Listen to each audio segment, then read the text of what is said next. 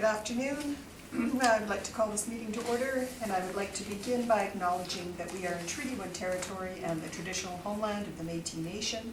My name is Carrie Linklater. I'm your chairperson today, and I'm joined on the panel by Mr. Robert Hutchings to my left, and my far left, Mr. Richard Whitbread.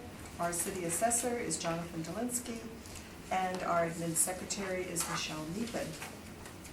We will begin hearing applications for revision of the assessment roll in accordance with the Municipal Assessment Act. The matters for which revision is requested have been described in each application. We will limit discussion to those matters. The statements that applicants or the assessor make at this hearing are sworn testimony, and anyone speaking to the matters must be sworn in. Be advised that comparison of assessments of properties are not considered evidence of market value by the board. The board is appointed annually by City Council and is independent of it and the city administration. It makes its decisions on the basis of the evidence provided at this hearing and issues a written order that will be mailed to all parties as soon as possible. Please note that the board's decisions with respect to an application may be appealed to the Manitoba Municipal Board if the matter pertains to assessed value or classification, or to the Court of Queen's Bench if the matter pertains to the application of exemptions from taxation. Should you wish to appeal, information on how to do so will be included with the board's order.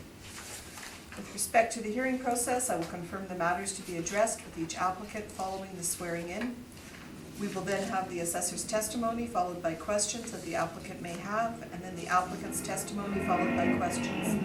Each side will have an opportunity to summarize if they wish. Once all the evidence about an application has been brought forward, the applicant may leave. The process will repeat for each item on the docket today. The session will close after all the applicants have been heard, and the board will deliberate in private and make its decisions. You will receive the order by registered mail as soon as possible, and as information, all public hearings are recorded and will be part of the public record. Swear everybody in? Okay.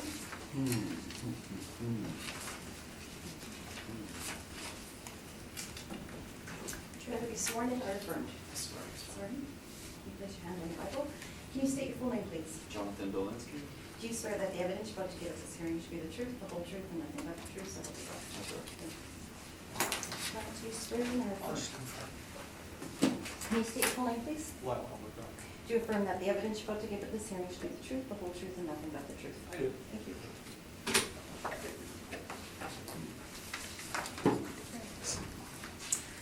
Okay. Good afternoon, Mr. Dolinsky and Mr. Rack.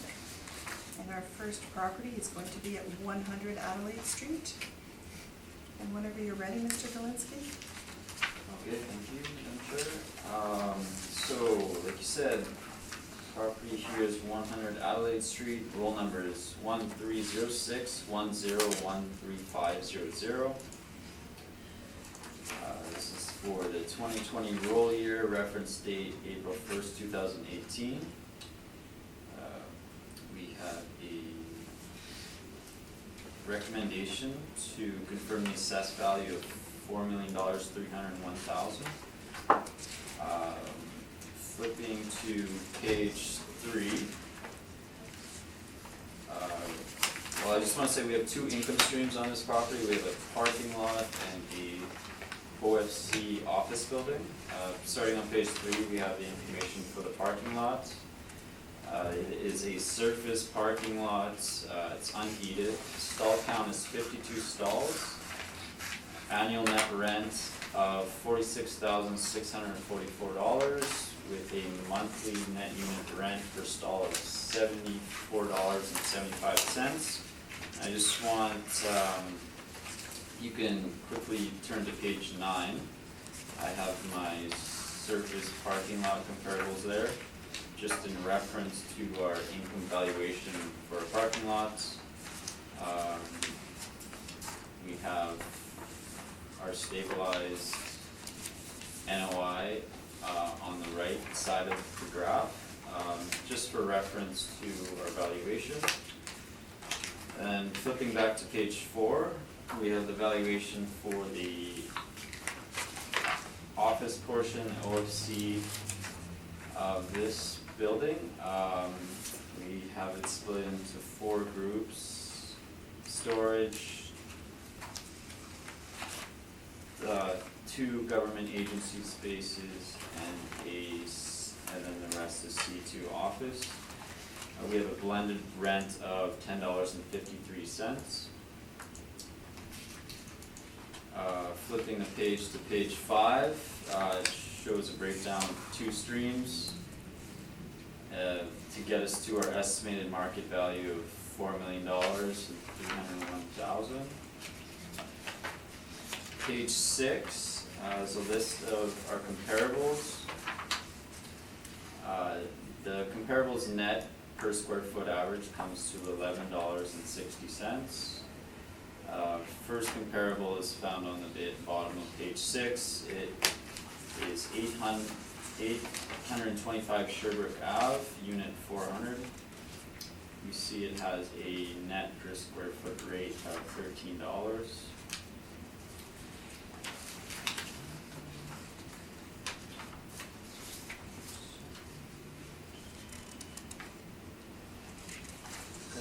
And flipping to page 7 is our comparables 3-6 on the top of page 7, sorry. And these comparables are found at 321 Mcdermott Ave for square foot rates of 1135, 1250, 1134, and also 1135. On the bottom of page 7 is my comparable number 7. This is found at Unit 2 at 177 Lombard Ave. This per square foot rate is $10 for this unit. My comparable 8 is found at 136 Market Ave for a net per square foot rate of $10.50. And the last 2 comparables is found at 167 Lombard Ave. And these are the last of my OFP comparables, and they both come in at $10.50. And that is my brief. Thank you. Thank you. Mr. Donsky, sorry, did you read out the roll number? I did. Oh. Thank you. Mr. Rack, any questions? Yes. On page 1, you said it was an OFC building, but actually construction class is a D building, do you agree? It says on your brief, construction class D? Yes.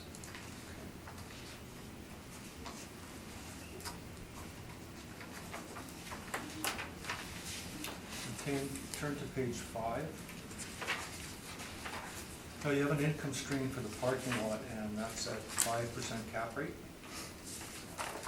That's correct. and that's the cap rate that's used for standalone parking lots? I believe so. Okay. I know for this case, yes.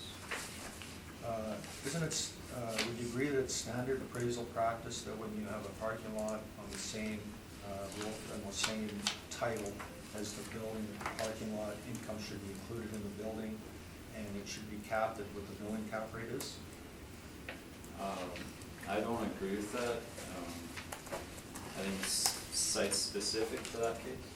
Well, what I'm saying is, do you not agree that when it comes to appraising a property, there should be one cap rate on the property, not 2?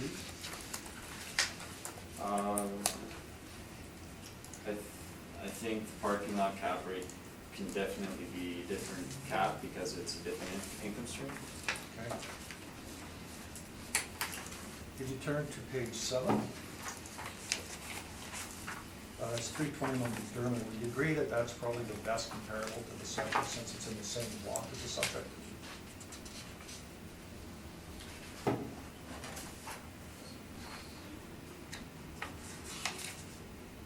Subject property is on Adelaide and Mcdermott. It's just down the street from that property. I would agree that it's a very strong comparable. Okay. There's 177 Lombard is opposite the Richards building, correct? Yes, I believe so. So that would be a superior property since it's actually across from the Richardson building it does have on-site security, and it is connected to the concourse, correct?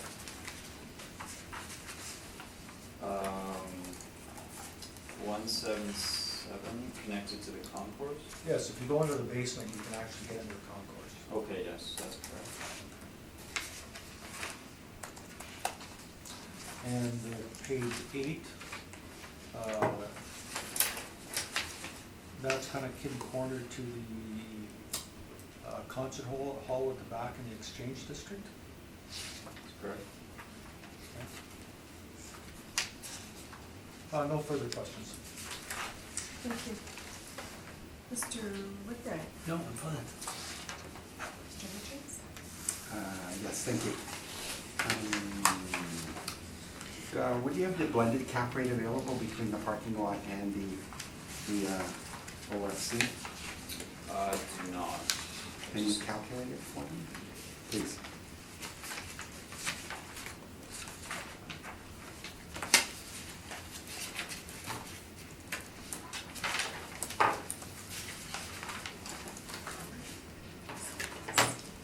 Oh, is it there? Oh, okay. Oh, sorry, 8.25. Yeah, okay, thank There you. it is. I missed that, thank you. Okay, page 1, Mr. Rack pointed out that it's a construction class D, but when I look at the picture of the property, it's actually full masonry. It's not a wood frame or steel framed exterior walls at all, is it? Is that an error in the classification, or? I believe it's the construction quality. I'm not sure. Okay, I don't believe there's an error. okay. But it is a character masonry exterior on this property. Yes. Okay, and so we have on the work up for page 4, we've got 2 government agencies taking up approximately 60% of the leasing on this property, and then there's storage in the basement, and I guess there's standard office. So is it partially owner occupied in section, I'll call it the 4th workup? Or is it fully leased to some, no owner occupied area in this building? I can answer that. It's, yeah, the owner doesn't occupy, it's all leased out. Okay, now, and I also noticed that the income and expense statements were submitted for 2017 and 2018, but you haven't included them. Any idea on what the lease for the 2 government agencies is? I don't have it on here. Sorry. Okay. Okay. And, okay, Mr. Rack made reference to 321 Mcdermott Avenue. You've got it on page 6 as a comparable. So I'm looking at items 3, 4, 5, and 6, and I'm coming up with an average lease on those 4 units, using your comparables at about $11.64 a square foot. And you're using overall rate of $11.60? That's correct. Okay, all right.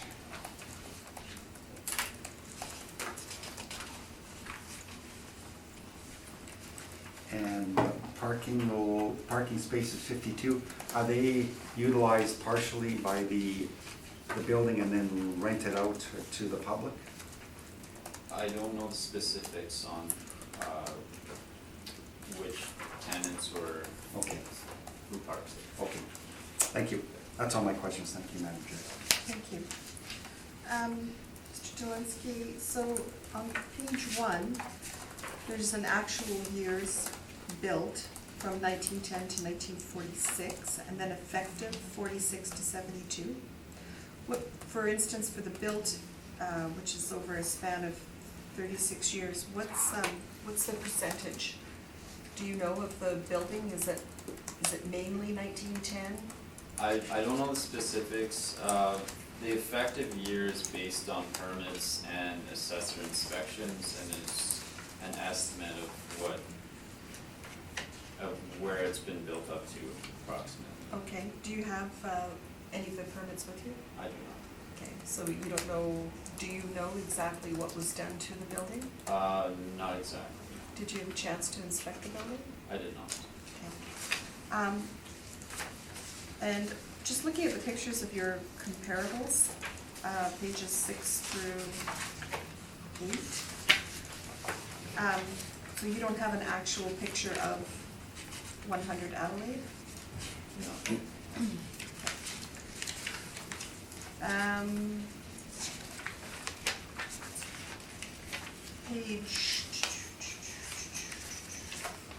Page 4 of your brief is model driven? That is correct. Yeah. Page 6, your comparable rents, model driven? These are from the income expenses sent out and returned to our office. Okay, so these are actuals you're using there? Yes. Okay. And just in regards to your cap rate, page 10.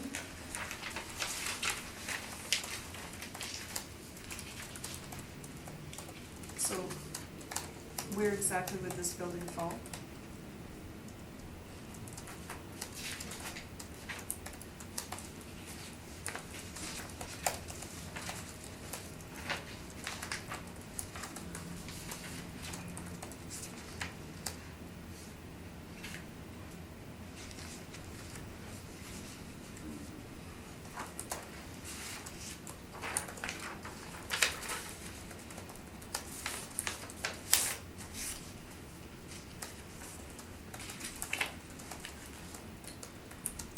We don't have for OSC in this chart. We're obviously on the high end. Right, so and due to age, I'm assuming then that this is industrial multi-tenant B? It should be Office C, OFC. But it's not in this chart that just comes with my book. We're, because of the age of the building, it's a higher cap rate, so it doesn't meet the chart's averages. Okay. So then we can ignore page 10. It gives you an idea of what the cap rates are for the different types of buildings, but unfortunately it doesn't have our building in question on it. Right. So the cap rate that you have used is not on this chart? That's correct. Okay. That's all my questions. Mr. Rack, if you'd like to take us through your presentation? Sure. If you look on the assessor's page 1, the building was actually constructed in 1910. What an effective age is it's calculated by, as the assessor said, taking permits. And there's a calculation you do on the money that's spent on the building, and then they come up with an effective age. So they're kind of like moving up the age of the building, and that's all based on a calculation of how much money is spent on the building. But the building is still a 1910 building. It's still got the original floors in it. It has been upgraded, obviously, but it is a 1910 building. As far as cap rates go, there's no independent analysis of sales of B buildings, and a lot of the C buildings, there's no cap rates for. They don't, none of the independent appraisers actually do studies on those kind of buildings, so those kind of cap rates just don't exist. So first thing I'd like to do before I get into my information is I have some rebuttal information on one of the assessor's comparables, which is 321 Mcdermott, and he said it came from the income expense mailers, and a lot of times those income expense mailers are checked off wrong, and people filling them out are don't fill them out correctly, or they don't check the right box. But anyways, this is from Collier's. This is the listing for that building. As the assessor said, that would be the best comparable since it's just down the street and quite similar to the subject property. So you see there you've got two areas for rent, the main floor, 5,099 square feet, and the lower 3,860. And they're actually asking $12 gross rent. So that means everything is included. Utilities are included, taxes are included, management's included, everything is included. So if you start with $12 per square foot gross, and I imagine this comparables on page 6, and there's three comparables for that building, starting at 1135, 1250, 1134, and 1135. I would imagine those are all gross, those are gross rates. A lot of the old buildings, they don't meter the spaces separately. Would be extremely difficult to run meters into all the spaces, especially when there might be, someone may not rent the whole floor, might rent part of the floor. So on a gross rent, so if you look at $12 a square foot gross, so on my handout there, you'll see that business assessment uses $2.35 a square foot for actual utility costs. So if you subtract that, you're getting down to $9.65 a square foot. Now, if you take 5% of that, it's basically 60 cents on $12, and you deduct that off there to come down to a net rent of now $9.05, and that's no taxes. The subject property actually pays $3.50 a square foot for taxes. So even if you used $1 taxes here, that would come down to $8.05. And I don't know what the taxes are, but there would have to be at least $1 a square foot. So the actual net rent of that property is actually probably around $8 a square foot. Now I'd like to have you turn to the assessor's brief for 217 Mcdermott. Page 8.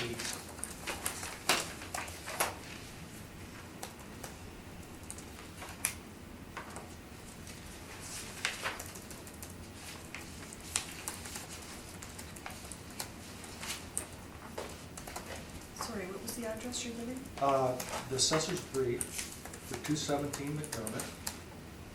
On page 8? On page 8 is a whole list of comparables.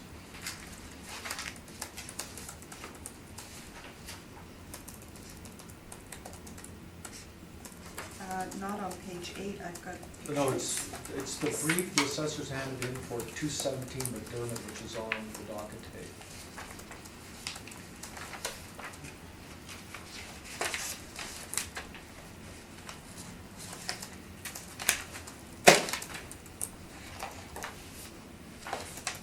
What are we going to on the docket? No, I was gonna use the assessor's comparables that he submitted as evidence for my property. Not from another docket, Not brief. sorry, not from another brief. So it's still evidence being presented today. If you would like to present it verbally? Okay, I'll present it verbally. Sure. So on the docket, on 217 McDermott, there's two pages of comparables. And one of the comparables he has is for 233 Portage Avenue, and that's 3,333 square feet at $7. The second comparable is 221 Portage, 207. It's 2,557 square feet at $7. You've got 245 Portage Avenue is 2,230 square feet at $820. And then you have on the second page, you've got 123 Bannatyne, unit 300. It's got 4,376 square feet at $550. And then you have 177 Lombard, which he's using as a comparable, and actually doesn't give what unit it is, but he's got 7,397 square feet at 7.25. An additional the unit 400 at 177 Lombard, which is across from Richard Building, better location, and he's got 7,290 square feet at $8.38. And all those numbers basically prove the number I've come up with the property. So if you take a look at the front of my brief, you can see what the building actually looks like. In my opinion, it's still a B building. This is the first appeal on this property. I don't know if it's been appealed before, the current owner's never appealed it. And you can see the picture on the bottom of the first page. You can see that Collier's is trying to lease out in July 2017. the entire 5th floor. If you turn to the second page, you can see the inside of the building. There's, because it's an old style warehouse, you can see that basically those are the original hardwood floors that have been refinished. It's open concept, open ceiling, and so you cannot have any walls going up to the ceiling like you would find at the assessor's comparables. They're all basically partitions on the first, third and fourth floor at the top picture. The second picture is the first and the second floor. As you can see, it doesn't go to the ceiling, so it's drywall partitions. And at the bottom, that space became vacant January 31 of 2019. Colliers has been advertising it for $12, I believe. Presently, the owners told me that they're negotiating a semi-gross lease for 4 years. And right now, they're negotiating the first year, and this is Colliers doing it, at $9, the third year at $11, and the fourth year at $12.50. So it'll take 4 years to get it back up to where it was. So turn to page 3.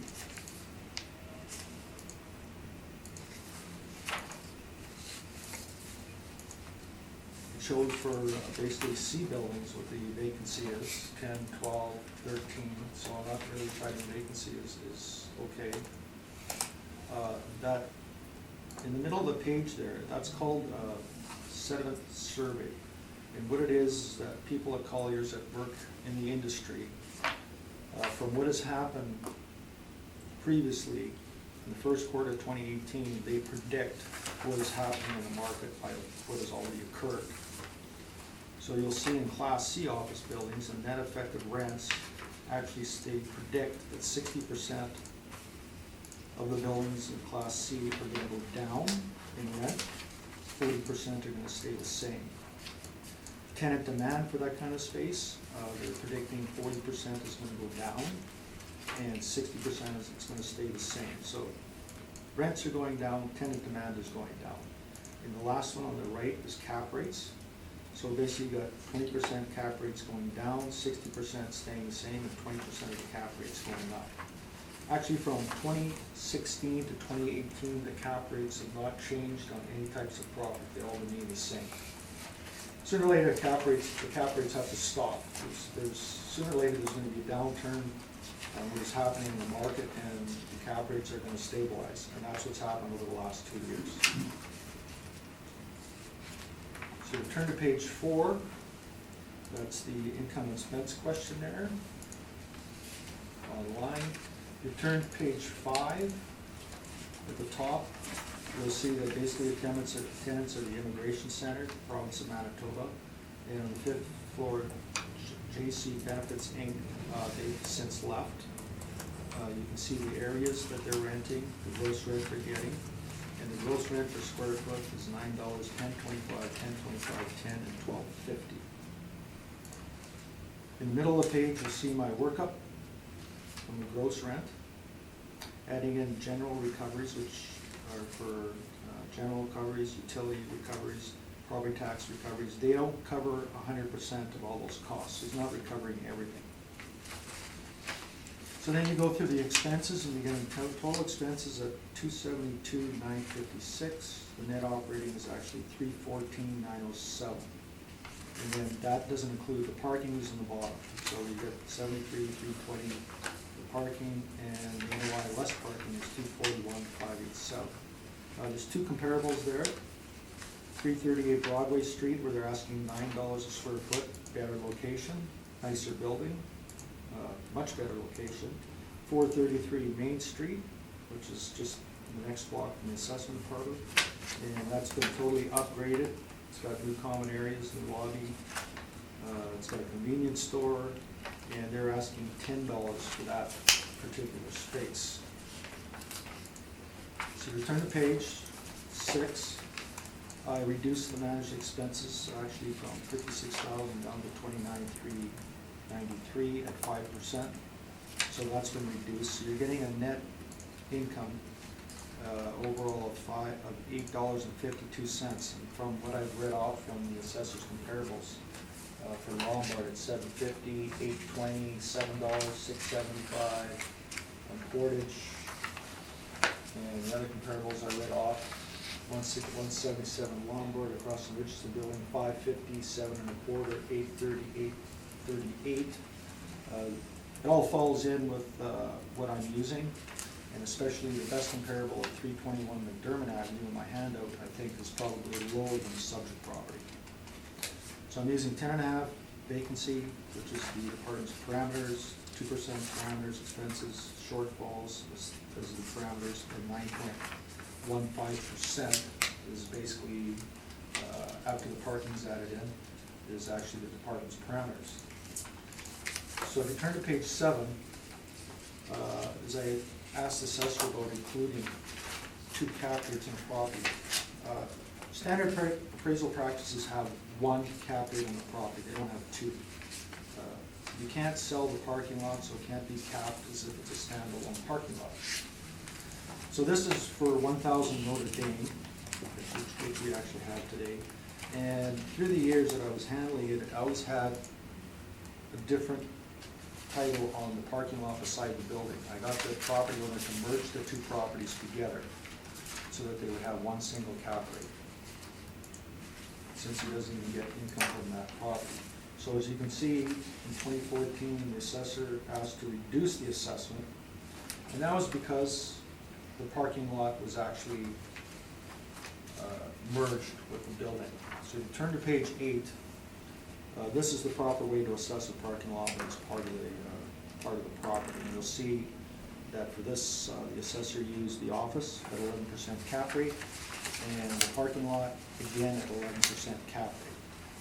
So there's only 1 cap rate on the building, not 2. There's no blended cap rates, it's just 1 cap rate. Since that parking lot is required for that building to exist. If it didn't have parking, it would be extremely hard to rent that building out. That's why we're getting these getting. It's actually being government leases. Those are good leases. The government has good leases, and basically the number I've come up with is including the parking at the same cap rate, and I'm asking that the property be reduced to $2,835,000. That's my presentation. Thank you. Thank you. Mr. Delansky, did you have any questions? Yes, thank you. So on page 1, would you agree that this is post-reference information in terms of this lease that's advertised? Well, that was July 2017 is when they put it up for lease. Okay. So they tried to lease it when the tenant was actually there, but the owner knew that the tenant was leaving. So when did this advertisement go up? As you see in the bottom, that was advertised for lease in July 2017. Thank you. And the tenant left January 1st, 2019. And presently, they're negotiating a 4-year lease at $9.11 and $12.50.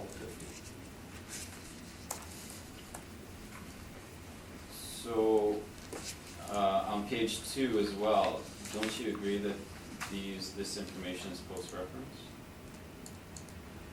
Well, it's not post-reference because it was basically advertised in 2017. So in 2018, 2019, it's always been advertised. This is the first time that basically someone has put an offer in. So I think it's relevant.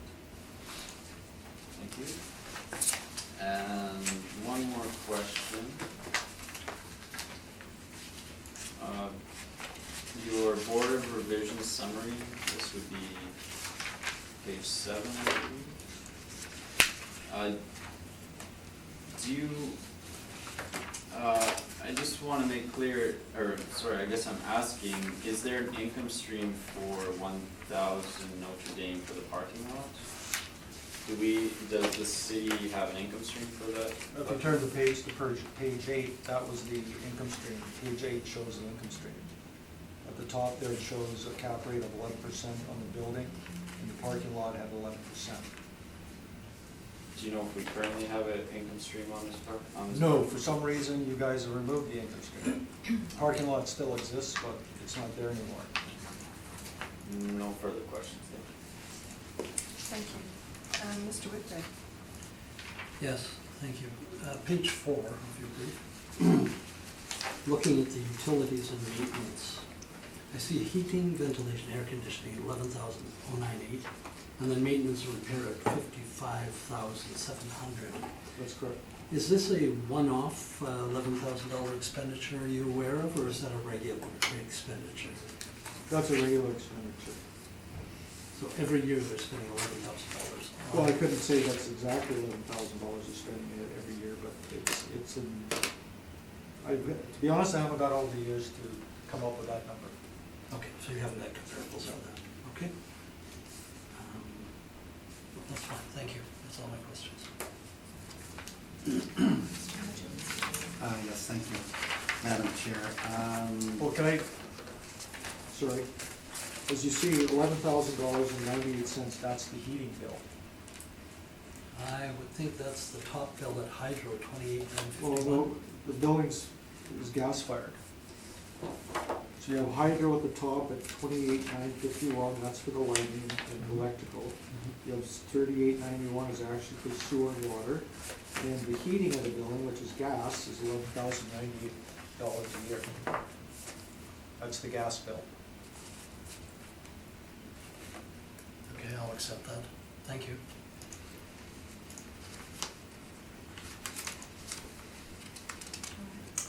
Thank you. Okay, Mr. Rack. What rate are you using in your workup for your rent? Sorry, page. So you're using $8.52 on page 6, sorry. Yes, I'm using Okay. 52 now. So we've got an 8,300 square foot difference in leasable area between the assessor and yourself. The assessor's saying there's 36,900 square feet, you're saying 28,600. Any comments on that? Well, if you look at page 5,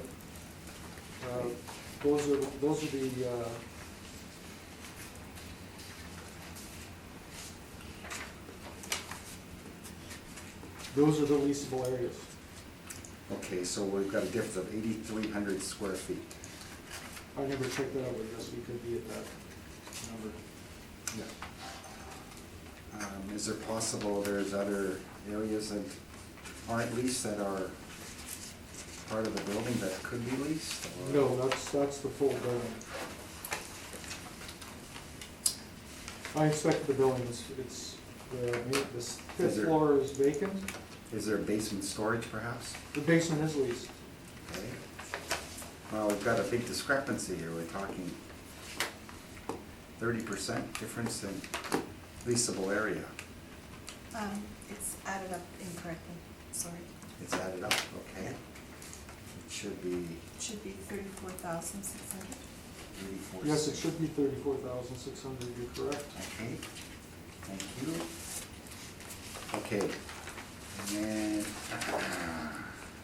so in your calculation on page 6, I guess this calculation is completely in error, I guess. Should be 34,600 times 852, is that right? No, the 852 is derived by the actual rents. Okay, but That comes right off the. we're short 7,000 square feet in the calculation.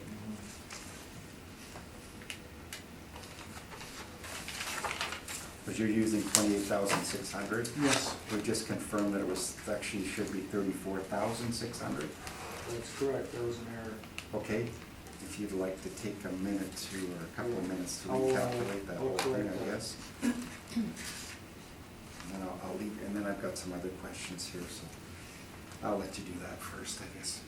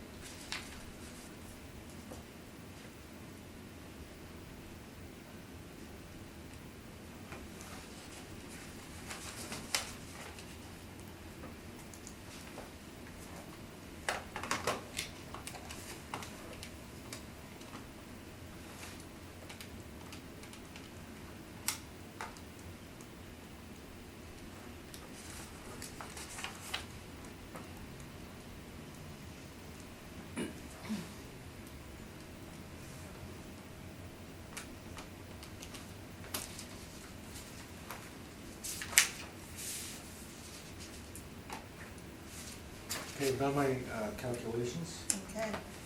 So, using 852 a square foot works out to 298,680.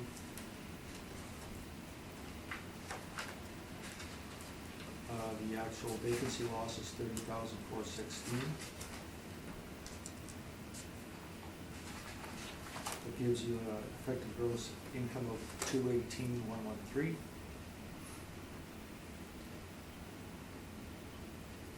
Oh, sorry, Mhm. that was the old number. The effective gross income is now 259,264.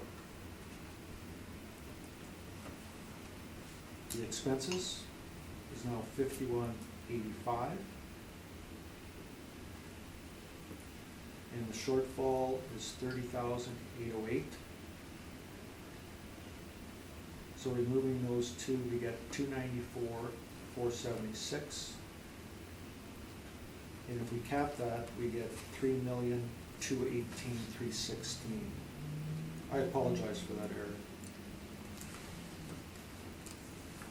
I'm sorry, Mr. Rack, 316 again?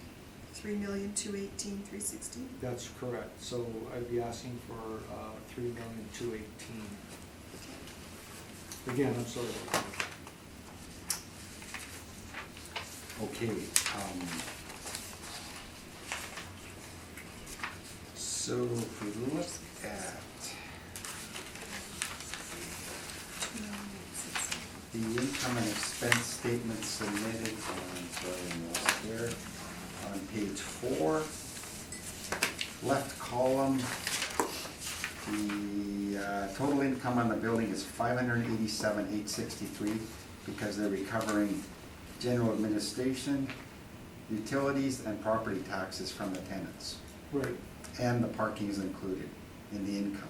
correct. Okay, so 587,863 is potential income for the whole building, was that? That's correct. Okay, so how do we, okay.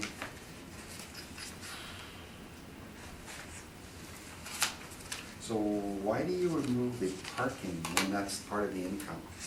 To come up with the NOI, less Okay. parking? First of all, go to page 5, Okay, and you'll see at the income, I'm using the same number, 587,863 for the effective right, gross income. okay, yeah, Okay? yeah. And we're deducting parking. Well, I'm just saying, what I'm coming to do is to come up with the NOI on the building. Mhm. I'm using the 241,587. Okay, now if you turn my page to page 6, Mhm. you'll see just before net operating income, I've added that parking in. So you've added it back in. So okay. what I'm doing is I'm not using vacancy on the parking, I'm not using expenses on the parking, and I'm not using shortfall on the parking.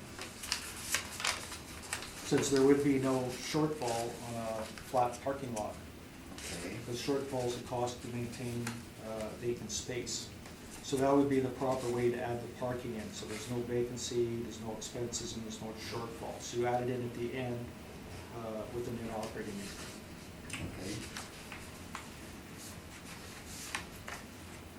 So it's been included. So who's paying, that comes out to $114 a month for parking revenue before expenses. Who's paying for the parking? That would be tenants. There may be some other non-tenants, but that's parking for the Okay. tenants. So you're using $852 a square foot, but then the tenants are paying for all the taxes, all the administration, and all the utilities. No, they're not recovering 100%. Well, what are they recovering? If you look to the left here, look from left to right, other miscellaneous income, and they're writing off the property taxes, they're including that in the expenses when they're collecting it from the tenant. If you look on the column on the right, they're including $56,000 for property management when they're recovering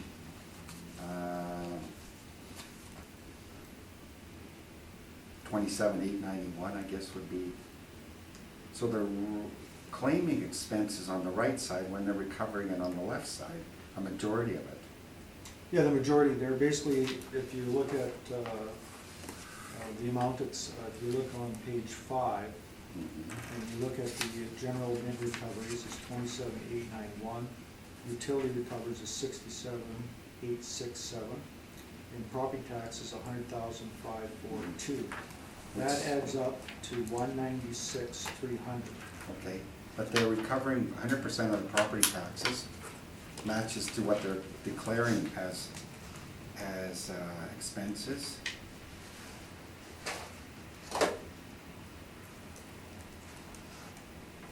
Let's put it this way. They're paying around, if you average it out, they're paying about $9 a square foot, plus paying for their portion of the property taxes, utilities, and administration. That's incorrect. That's incorrect? Well, if you look on page 5, that's Okay. my workup. Yeah. So you see, the potential gross income is there, 320, 358. Right. You're getting the general admin recoveries, the Okay. maintenance recoveries, the property tax recoveries, Right. and the parking. That Right. comes out to 587,863, which you asked me about, and that's what the owner has got in his income expense mailer. Okay. So that's the total income with all those recoveries.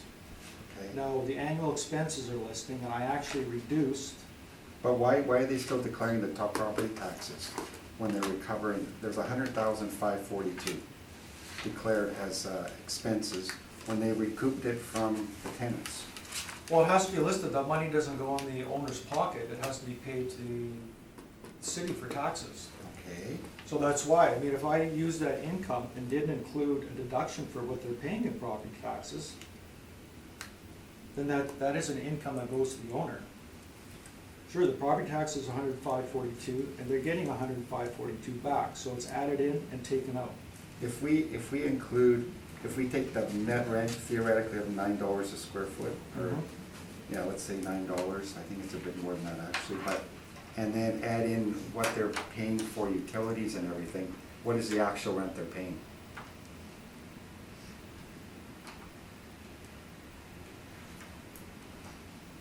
I think that's immaterial to answer that question, because they're getting the money back, the owner puts the money out, the owner pays for the property taxes, the owner pays for the hydro, the owner pays for general admin. But he's recovered it from the He's tenants. recovered it, but you still have to, mathematically, you still have to include it in the owner's side, because that money just doesn't go in his pocket, he's put that money out. I mean, $100,000, you can't say that's income to the owner, because he has for the taxes, because he has to pay that to the city. This is a standard way to appraise the property. You add it in and you take it out, Okay, because the owner has to pay that. That's not money in his pocket, that's money that goes to the tax department. Utilities and maintenance recoveries, that's money that he has to put out to fix things, but he's getting that recovered back. Same as general admin and recoveries. He's got general admin costs that he has to pay out. He's getting that back, but he's only getting back 196,300. And yet, his total expenses are 272,956. So he's not getting everything back, but he's getting a good portion of it. mhm.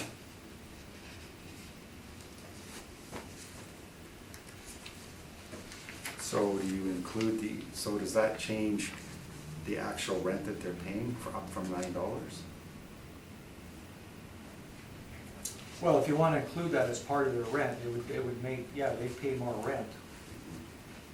But then if they're paying more rent, then they wouldn't get recoveries, if the rent includes recoveries. Okay, page 5, maintenance and repairs, $56,000. Yes. Is there any capital costs included in that? No. No, so every year they're paying $56,000 in maintenance and repairs on this, Roughly. on this building that's being renovated. Well, it was when I speak of renovations, the renovations they did was basically sand down the floors and power wash and sand down the ceilings to stain and that. But that's generally, as far as that building goes, that's an acceptable repairs and maintenance on that building. Wow, but it is, I'm looking on page 2, the pictures. This is being extensively upgraded to a very nice office space. on first and second floors, third and fourth. We've got complete new heating system installed on the ceilings, looks like newer fire control systems. Those are just It's a been- little bit, those have been there for, But it's been modernized it's up been to modernized, of course, 1970 yeah, standard. just Okay. the wood has been refinished. Okay. Okay, so let's look at your work up there for the cap rate.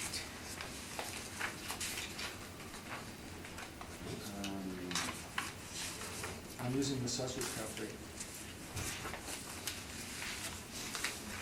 You're using 9.15. Yep. The assessor's blended at 8.25, I believe. Well, the assessor didn't blend it, you did. Well, there's two cap rates in his methodology, and he's saying it's 8.25%. Because he used to buy in the parking lot. Yeah, that's right. So I asked him what the blend was between the parking rate, that's their methodology, and he said 8.25, and we're using my 9.15. That's correct. So that's different than what the assessors used. Well, I think that the parking lot should be capped at the same as the building, which is a standard appraisal practice. You don't have two cap rates on a single building, on a single property. But according to their methodology, they do. So when it comes to valuation and his workup, it's 8.25%.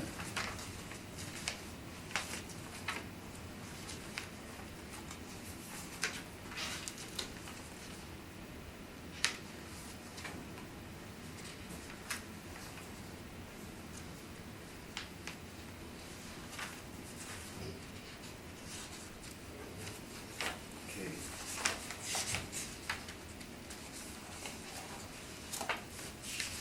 So, No, it's not. okay.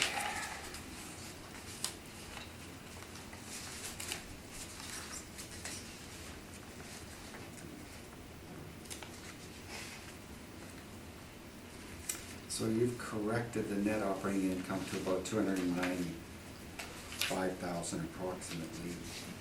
I reduce the management expenses. And in their income and expense statement, they're declaring around 290, so we're close there with the square footage adjustment, actual leasable area, okay.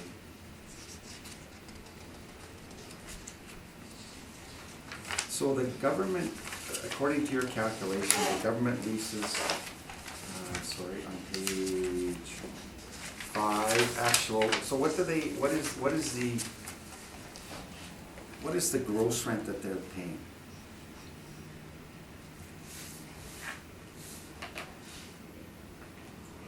Gross rent per year?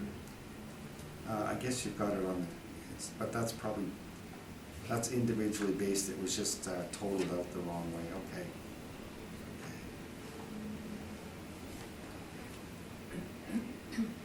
Now, that last column, would that be net rent? That's gross rent as it states on the top. That includes the utilities they're paying for and everything. And the tax Exactly. recovery. That includes it? Well, that doesn't include that gross rent, and then they get the recoveries. So. I say it's a gross rent because Yeah. they're not getting, the owner's not getting 100% recoveries back.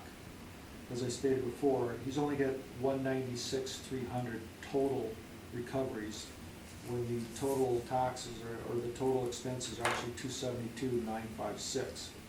So he's not getting 100% back. He's getting a lot back. He's getting 196,300, but not all of it back. Right, So you could call it a semi-gross lease in a way. yeah, that would be more accurate, wouldn't it, okay.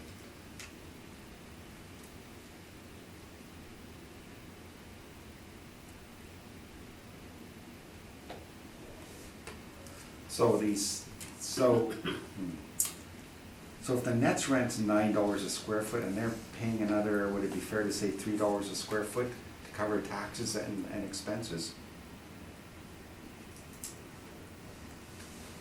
I didn't figure that out.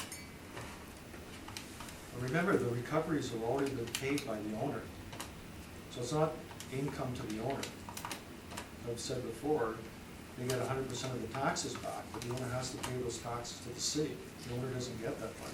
But when you're presenting evidence of the rents, shouldn't it include what they're paying for in total? No, No. it's shown that amount is shown in income, the property tax recoveries. That's how that is shown. That's a standard way you appraise a property. That's appraisal technique, is you put the recoveries in income.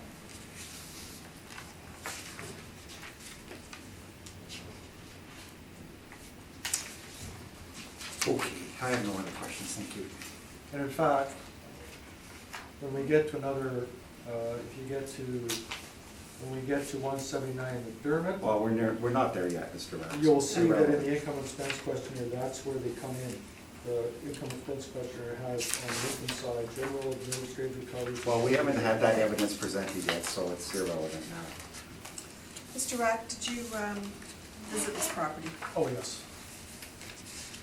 I took those pictures. Okay. What is the condition of the parking lot?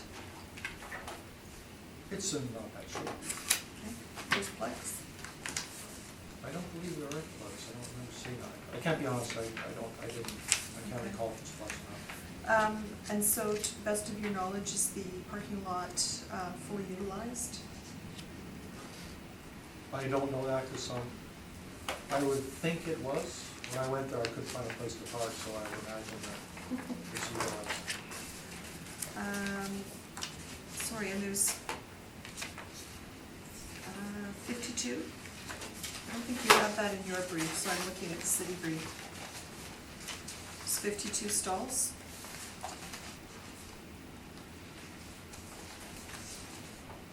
I don't have that in my brief, but I'll take the assessor's word for it. Okay.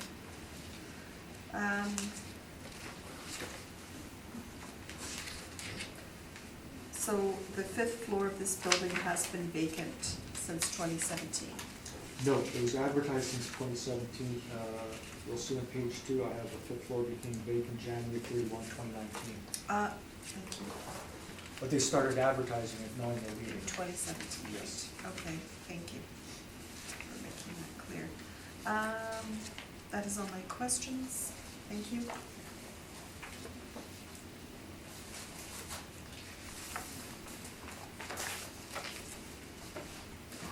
And we are going to move on to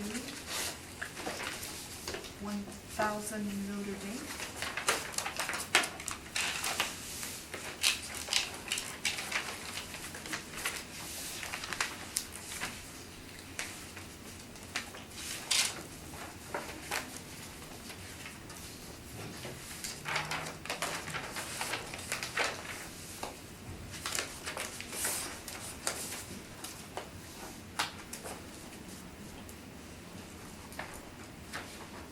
Mr. Jelinski, whenever you're ready, we'll Thank take you. us through this. Alright, so 1000 Notre Dame Avenue, roll number 1309-6148-200. This is an office building, it's 1000 Notre Dame as mentioned, in the Daniel McIntyre district. We have 2 stories with 4 premises. The actual year built was 1964. Our zoning is C1. Land area 12,759 square feet. Gross floor area 13,090 square feet with a leasable area of 11,500 square feet. Our recommendation is to confirm the assessed value of $1,188,000. Flipping to page 3 is an aerial photograph of the subject property. On the top and on the bottom is the street view. This property is at the corner of Notre Dame and the end of McPhillips. Page 4, we have our parking lot that is used by the premises. We do not have an income stream for this parking lot. Flipping to page 5 is our income stream for the OFS. We have 4 pits totaling in leasable area 11,500. Our blended rent per square foot is $9.11. Further breakdown, vacancy at 5.5%, expenses at 2%, and a cap rate of 7.8% to get to our estimated value. More income value summary on page 6. Went over most of that already, so flipping to page 7, it's our rent comparables. We have 6 comparables, 3 found on 772 Notre Dame, 1 at 975 Notre Dame, 1 at 1111 Ellis Ave, and the last one at 1004 Sargent Ave. Our net per square foot average for these 6 comparables comes to $10.56. Then the pictures of each comparable start on page 8. So at the top of page 8, we have comparables 1 to 3 are in this building at just down the street, 772 Notre Dame. Comparable 4, also down the street, 975 Notre Dame Ave is on the bottom, page 8. Flipping to page 9, comparable 5 at 1111 Ellis Ave. It's found there, and then at the bottom of page 9 is comparable 6 at 1004 Sargent Ave. That is my brief.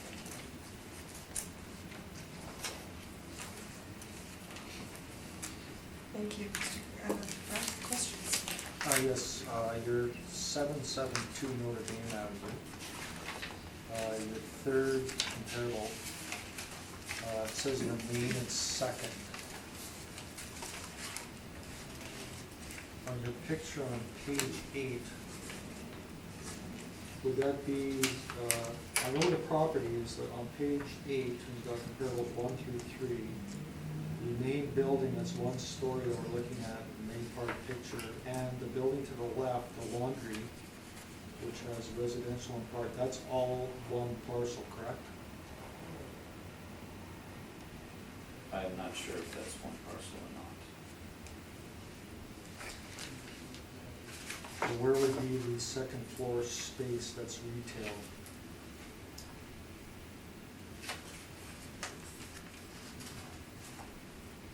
Oh, you're right. Yeah. Because when I looked Yeah, up. sorry, comparable 3 is Imperial Laundry, and yes, it is 1 roll, and we do account for the second floor there. And the second floor is residential, Yes. correct? Yep. 'Cause I don't know if it's residential, I know that. I have a picture here to show. We have a lease, Yeah. and they say they use the second floor. And that building is actually 23 years newer than the subject, correct? I would imagine the main part of it, the 1-story part is. Yeah, that's 87. That's correct. Okay. Are you aware that 111 Ellis is actually an industrial warehouse? It's not an OFS.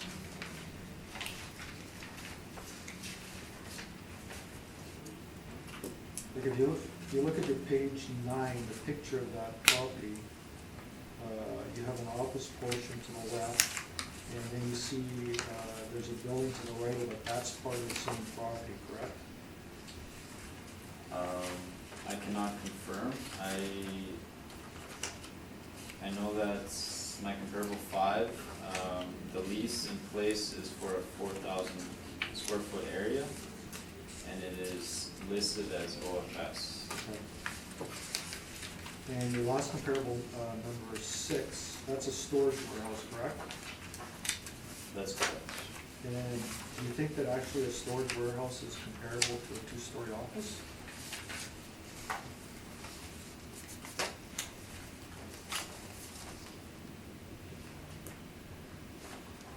I haven't been inside the building,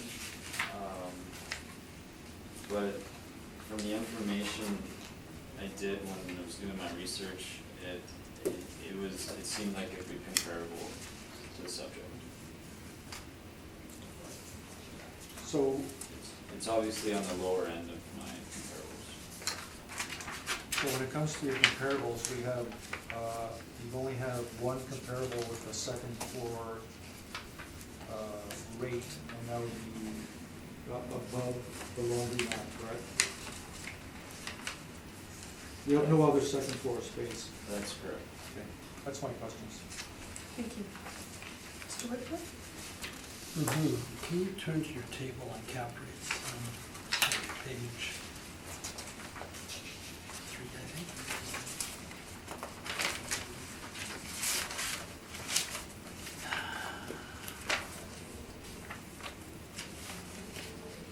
Page 10. And where are you, what bracket are you placing this property into a 7.8 cap rate? So this would be OFS, under the offers section, so the top part, and we fall, suburban A and suburban B is the same.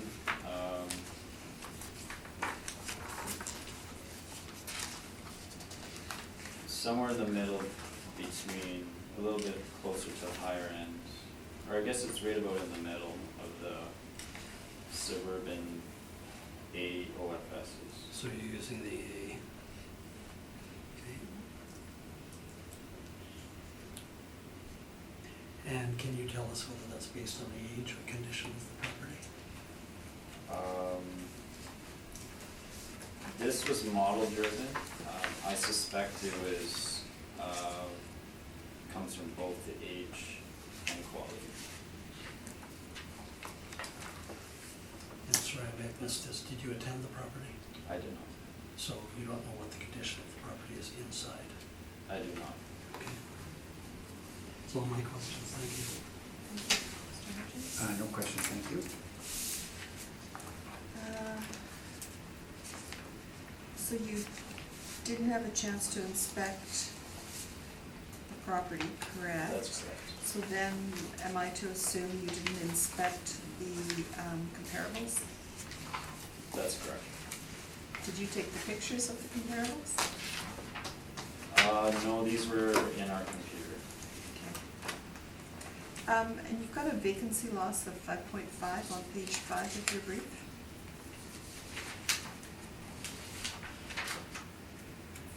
That is correct. So normally the standard is 4, so I'm just wondering why the increase?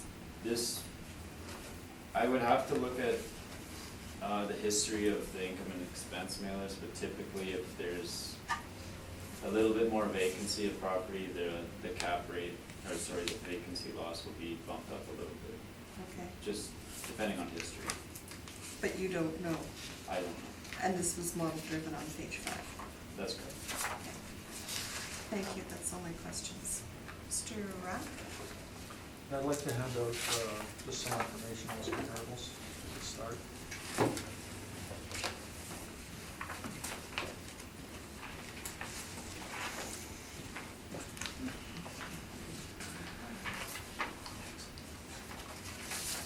Thanks, Michelle.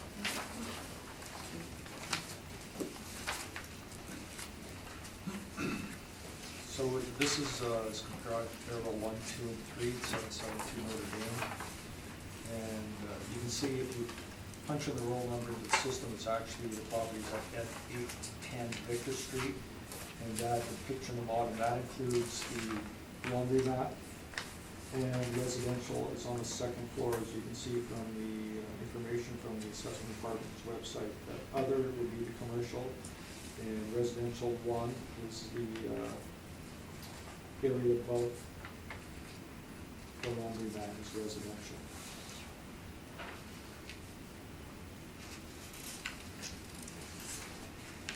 And one of his roll numbers for that is third comparable of main and second floor. I punched in the roll number, he must have must have put the roll number down wrong because there's no such roll number that he had there for the main and second.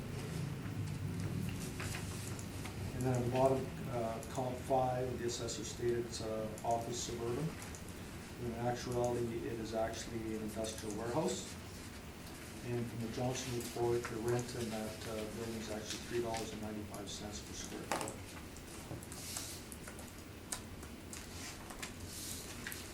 So I'll get into my brief. So you've seen the picture of the front of the building. It's this Class C suburban office, built in '64. It's actually a 2-story walk-up, there's no elevator. So in 2018, the cap rate was 8.25%, and now it's gone to 7.8 with a 46% increase, which I think is unreasonable for this property. 2 pictures in the middle. Unit 1 on the main floor is the school. The school district actually rents that, and the rent is higher on that space because in order for the owner to rent it, you have to put in their own washroom and a kitchenette, and because they basically have to put in additional electrical plugs because they run actually computer training in there. And as you can see, the walls are actually cinder blocks. They're not drywalled, there's no drywall in there. It's all cinder block walls on the outside, just painted. And the inside walls on the outer units are actually brick. And you can see in the bottom, again, looking out the front, that's one of the vacant spaces. You can see that it's a cinder block wall. And there's no windows on one side of the building, so it's not the greatest space. Page 2 is the income and expense questionnaire that was sent out, and you can see that unit 2 and 3 are vacant.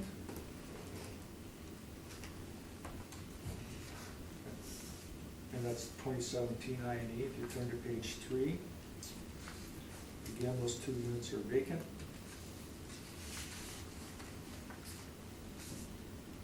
And if you turn to page 4, you'll see that in 2017, that basically 16.77% for all rest is vacant.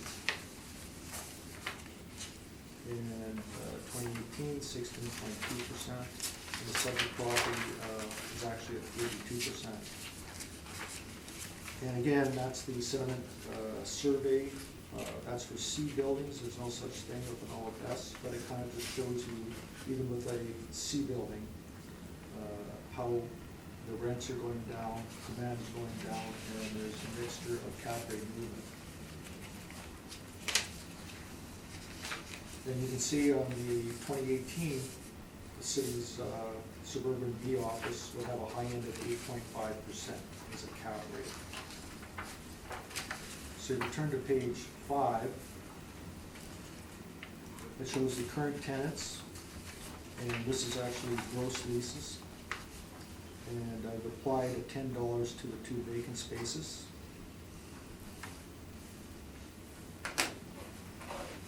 You can see the vacancy history from 2010 to 2018, and you can see it has a long history of being vacant. It's, for some reason, it's just hard to rent that space out, so it's got high vacancy rates. And again, you've got the income. I've added in the parking, very small amount of parking. And the expenses. So expenses are $44,172 total. The net operating was $88,393. So I'm basically using the actual net operating income for the building. I'm not adjusting for vacancy, which should be higher, so I'm being reasonable on that. I'm using 15%, which is the parameters. And I forgot, actually looking at it, I forgot to apply the 2% for expenses. And I'm using an 8.25 cap, which was the cap rate last go around in 2018, which I think is applicable for this particular property, especially with the vacancy in the property. So actually, we're getting a value of $764,352 if I put in the 2% error, but I forgot the expenses, the value is actually 746. And if you turn to the next page, page 6, you'll see that's the decision from 2018, which I argued the same point, the cap rate. And the cap rate the board decided was 8.25%. So I'm using the same cap rate as last go around. I think is applicable for this building since it does suffer from high vacancy, and I never adjusted the vacancy. And basically, as you'll see in some of the other briefs, it shows cap rates from 2016 to 2018. They have not changed. And that's my brief. Thank you. Mr. Jaworski, questions? Thank you. Yes, on page 1, you mentioned there were some upgrades done to the school space, the picture on the left. Yes, the school had, when they moved in, the owner, because they're getting, they're actually paying $13.67 a square foot, where everything else is around 10. And that was because there are only 2 washrooms in the building, in the very back of the building, so because it's after-school program for computer learning, they required their own washroom, and they also required a kitchenette. So that's why the rent is higher in that space than the other spaces. Do you know when the upgrades were done to this space? Just before they moved in. That was part of the condition of them moving in that space. Do you know when that was? It goes back to 2015. And do you know how much the total costs were for these upgrades? No, I don't.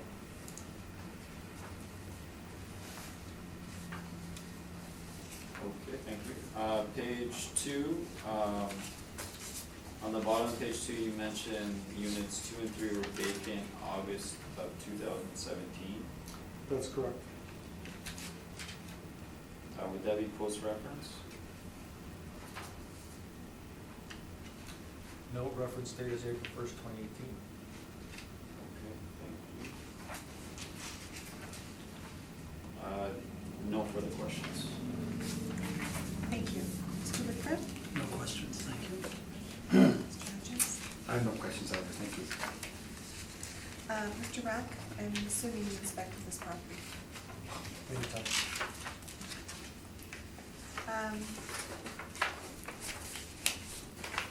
What was the original purpose of this building, do you know? The original, what it was built for? I have no idea. I imagine it was built for as an office. There's no indication that it would have been anything else but an office when it was originally built. Okay. So you're looking for an 8.25 cap rate compared to the city's of 7.8, That's correct. and your vacancy loss, you're looking at 15%. Which is the city's number.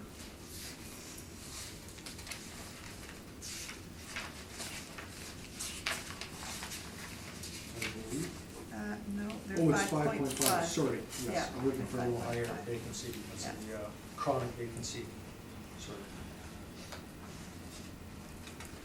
Okay. Thank you, that's all my questions.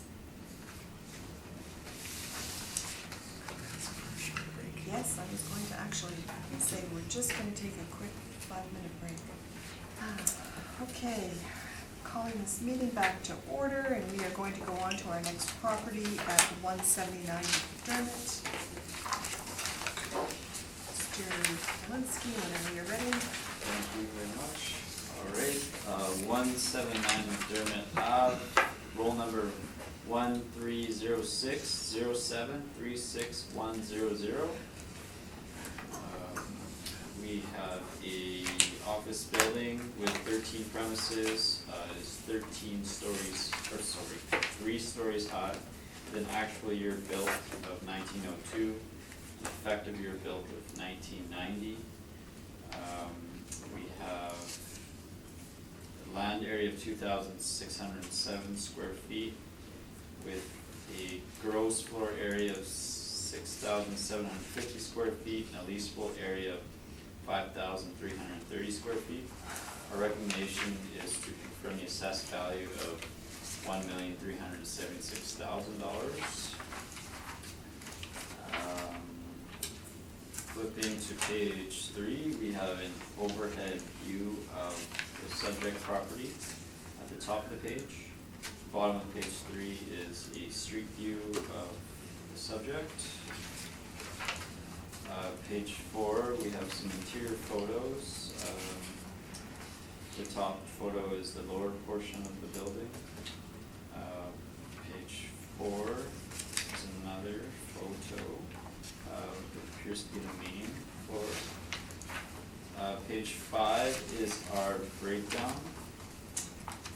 As you can see, we have 13 spaces. For a potential rent of $116,017. We have a vacancy of 10.5%, expenses of 2%, and a cap rate of 7.05% to arrive at our estimated value of approximately, $1,376,000. Turning to page 7, we have my comparable list. 5 comparables found near the subject: 201 Portage, 1 Lombard Place, 240 Graham Ave, and 243 Portage.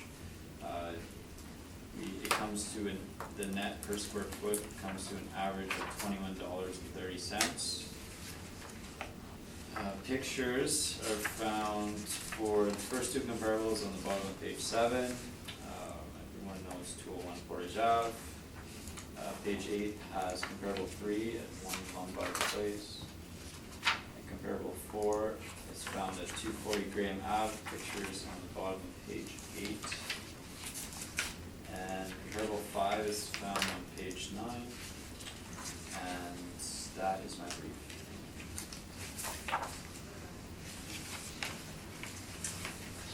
Thank you. Mr. Rack, questions? Yes.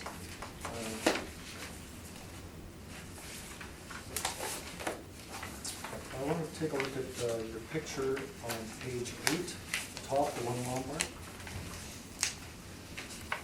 Would you agree that that's actually the wrong picture for that building, that the building at 1 Lombard you're speaking of, according to the roll number, is actually the Richardson building? That is not the Richardson building. No. I'm not sure. I can give you a handout showing from the city website that actually that roll number is the Richardson building. Yeah, I agree, that's the wrong picture.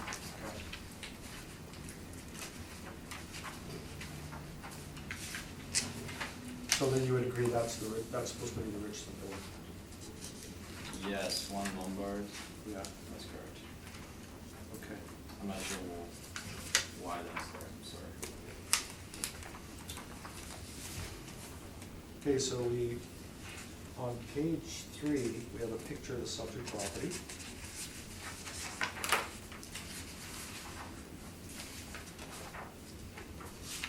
Okay, now let's go to the comparables on page 7.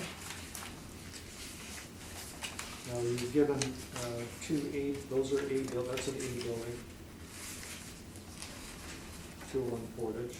1 Lombard is an A building, which would be the Richardson building. So would you agree that since those buildings actually have, they're connected to the concourse is actually underneath them, and they're significantly newer,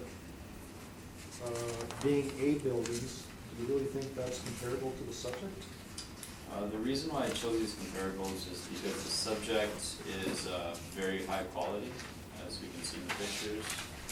I found that the A properties compared to it the best. So it was the A properties that gave you that rent that you're looking for at over $20 a square foot, correct? I have OFD and OFBs in my comparables as well.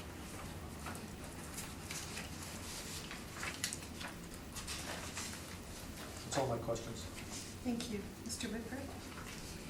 So, if I look at this building, Space 2 Works strikes me as a place where people go to rent an office, use a common boardroom, maybe a common kitchen, common bathrooms. that sort of thing.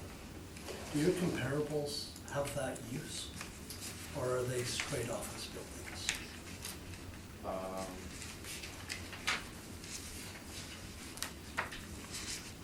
So, sorry, your question was, does it have the The amenities? buildings that you chose as comparables, are they similar in nature to this use? They're not connected to all those amenities as you mentioned. And they're not common use by multiple renters? That's correct. My justification to compare it to these, my comparables is because of the finish and the high gross rents in place. Sorry, finish and? There's very high gross rents attributed to this building, based on the quality of the finish and of the spaces. Would it be true that those high gross rents are model-driven gross rents?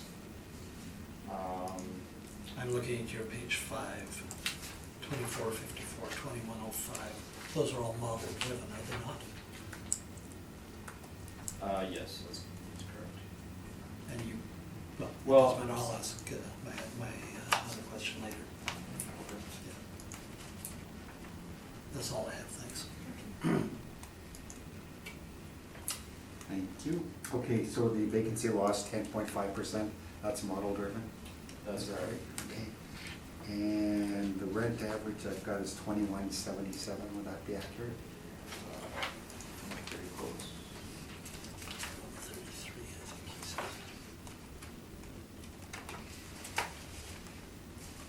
2177. Okay, thank you.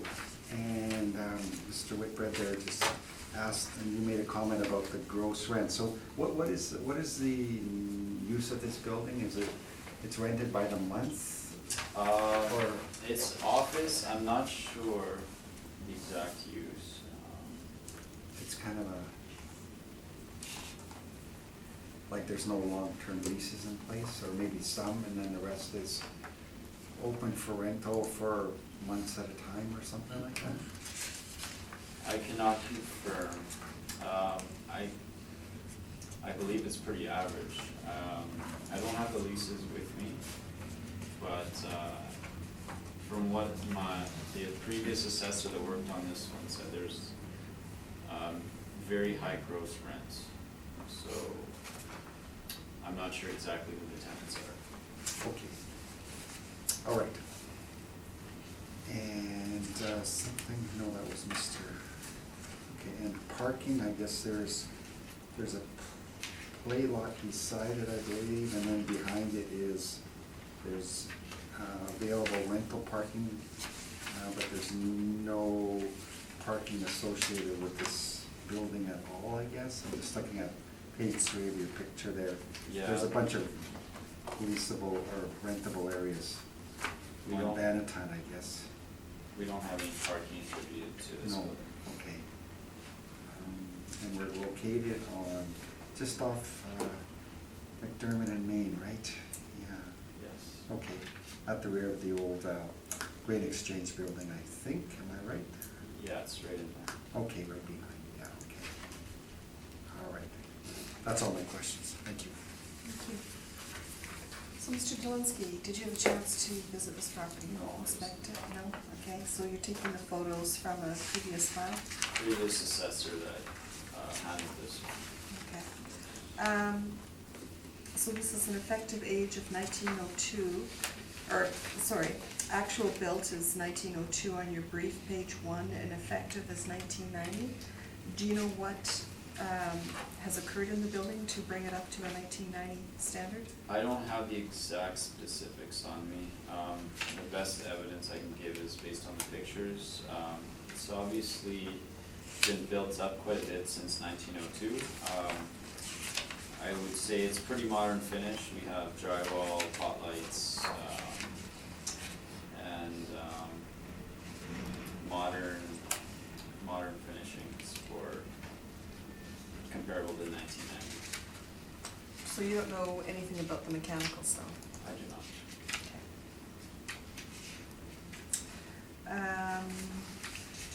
And you are calling this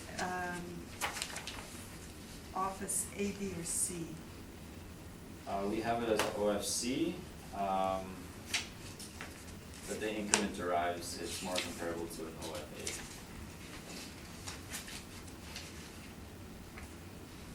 But page 5 is model driven, correct? That's correct. Your cap rate is model driven? Yes.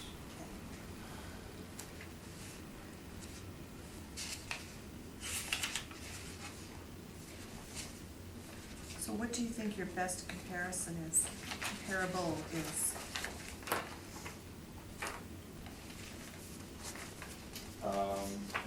Probably, let's see.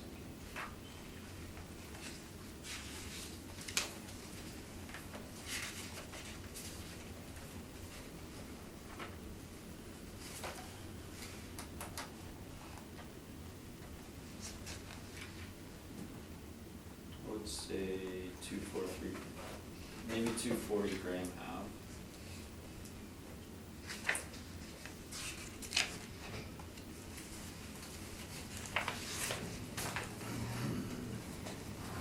Okay, even though Graham was built in 82?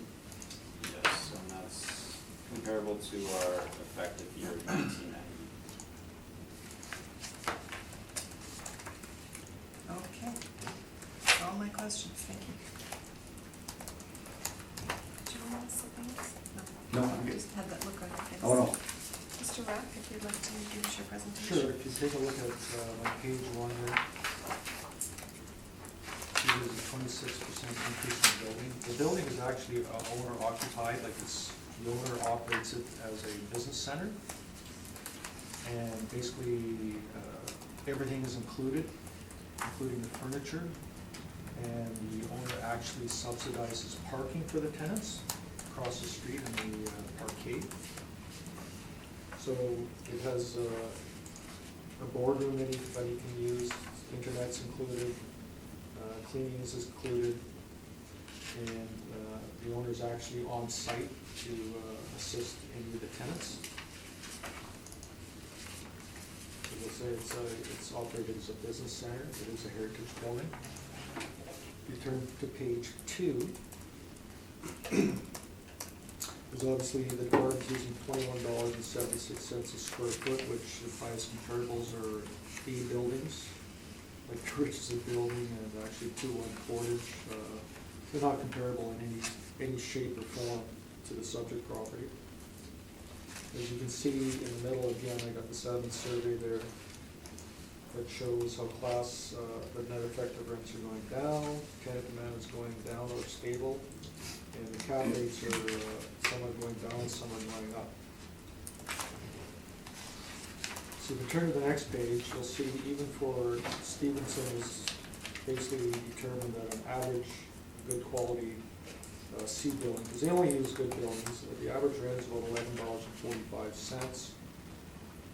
You can see that in 2018 quarter 1, you can see what the cap rates are. If you turn to the next page, you'll see from 2016, 2017, Q2, Q1, 2018, there has been no cap rate changes in downtown office buildings. A or B, and this isn't an A, it's not a B, it's a C. So basically in 2018, they used, the department's parameters used a 7.5% cap, and then they moved it to 7.05%, and I'm gonna apply the 2018 cap rate of 7.5%, because cap rates haven't moved, especially for a building as this, C building is at this age.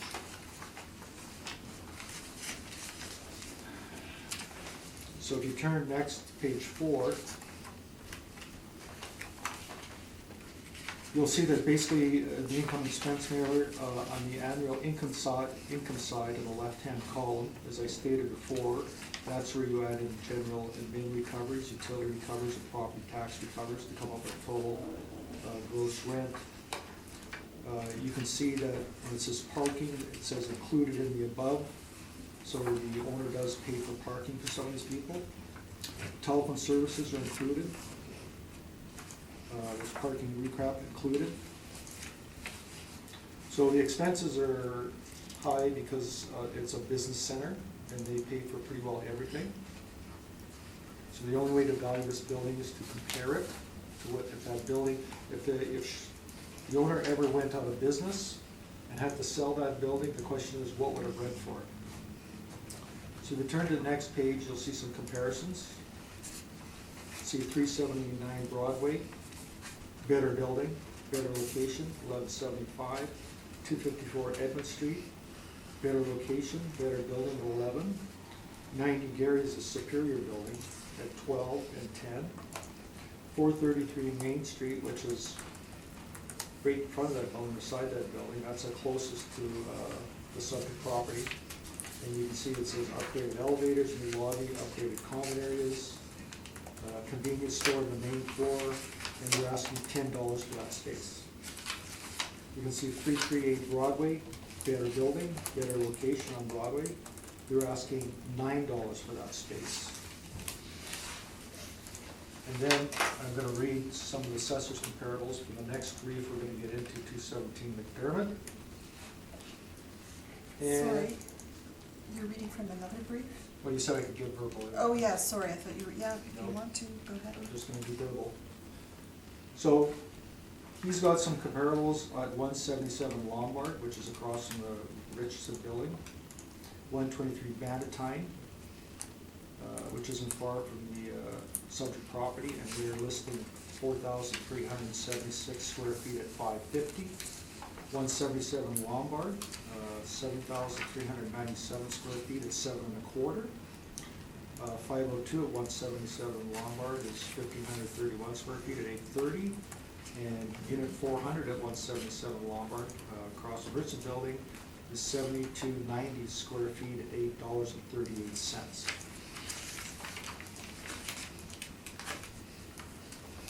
So I think I've got, my comparables are nicer than the subject property. The closest comparable would be 433 Main Street.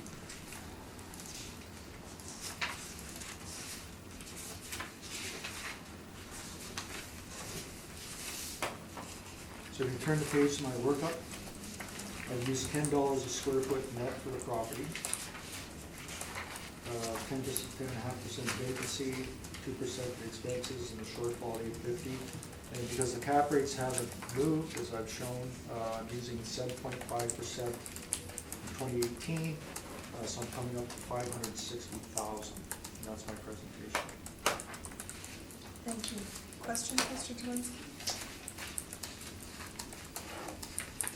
I do not have any questions. Okay. Mr. Whitford? None, thank you.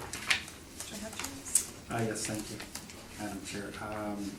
Okay, so Mr. Rack, so there's a sale indicated in 2001 for $401,000. Any idea how much they spent renovating this property? No, we do not. Okay, so we've got a 1990 building. If we look at the income and expense statement that you supplied, you are using for your workup potential income of $53,300. On the income and expense statement, actual total income was $168,926. If we deduct the recoveries, that comes to $141,000.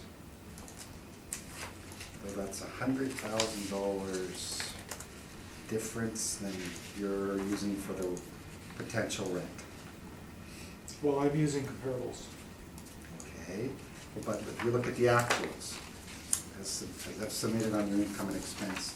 Well, then if we're gonna look at the actual, we have a net operating income of $10,390. Well, we can analyze that too, but they're declaring $25,000 for property management, and they're declaring $20,000 for wages and benefits. When I think you said that does the person live in the building, or they? No.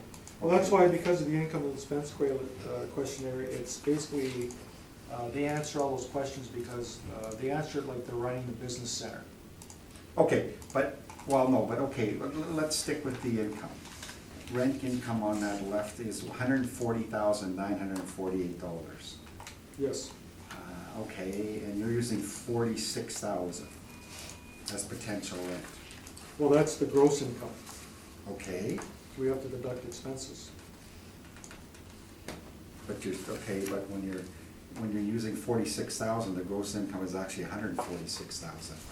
Well, no, that's the gross income, it's not the net. I'm using $10 as the net. Okay, so they're getting $31.69 a square foot if you use the 168, and you're using $10 a square foot net, so you're deducting $21 a square foot for expenses. That's probably correct. Okay, so if they paid $401,000 and changed it from, renovated it from a 1902 building to a 1990 building, is that correct? 1920? Well, that's the city's calculation. 1902, okay. So,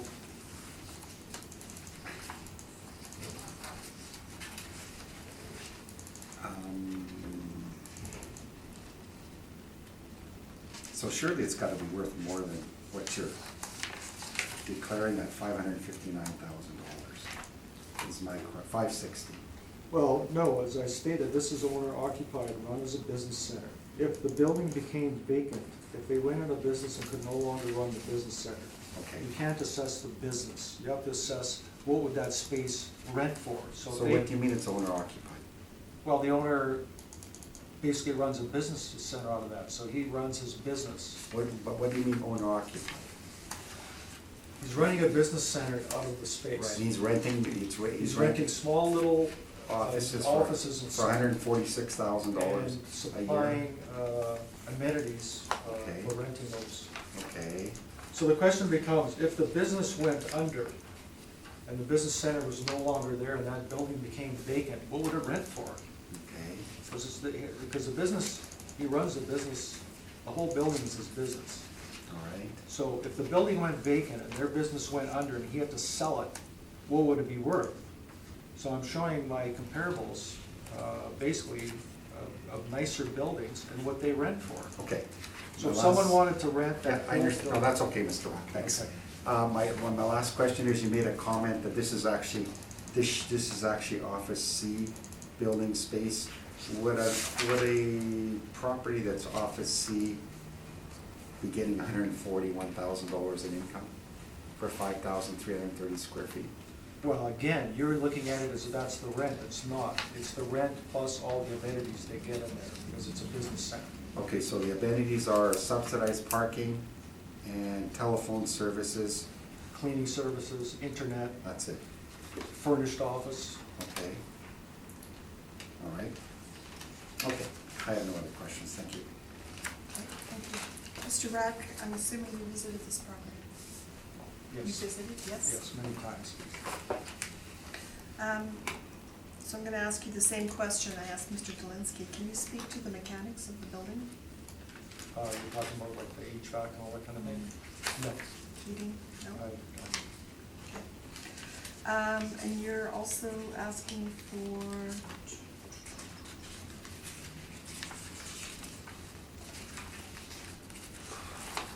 a 10.5% vacancy? Yes, So sorry, is there, I don't think you showed it. I see on page 4 you've got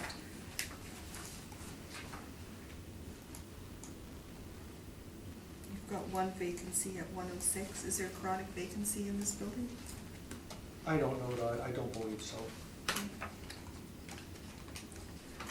And the owner is providing these fully furnished, Yes, these little office spaces? Okay.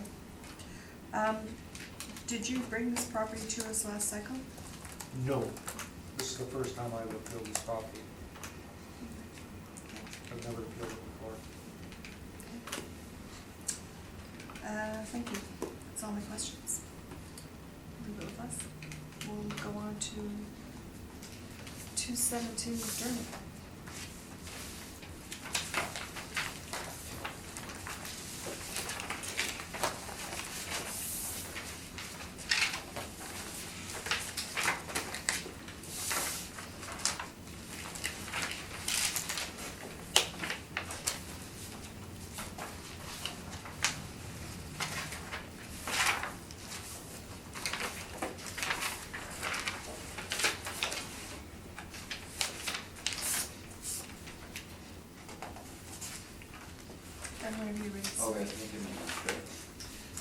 217 Mcdermott Avenue, roll number 1306086200. This property is found in the Exchange District. We have 34 premises in the building, 5 stories.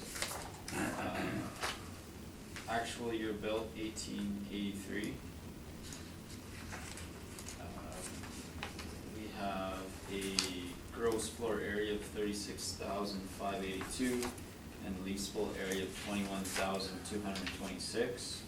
Our recommendation is to confirm the assessed value of $549,000. Flipping to page 3, there's an overhead view of the property there. You can see it's at the corner of Albert and McDermott Ave. Bottom of page 3 is a street view. Flipping to page 4 are more pictures of the exterior of the building. Page 5 is our subject property market income breakdown. As you can see up top, it's labeled as an OFD building. Our blended rate comes to $5.87. Flipping to page 6, we have a breakdown here. We just want to point out we have a very big vacancy loss of 20%. And also we have a very high capitalization rate of 12%. This is to reflect the condition of the building and what it historically has experienced for vacancy. Turning to page 8 and page 9, there are 51 comparables of OFD properties in the city. So this is basically most of the market, if not almost all of it. I don't have to go through every building, but it's a good selection of OFDs in the downtown area, and the average comes to $9.97. That is my brief. Thank you. Questions, Mr. Wright? Have you inspected the property? I do not. I have not. I've been to the restaurant a few times.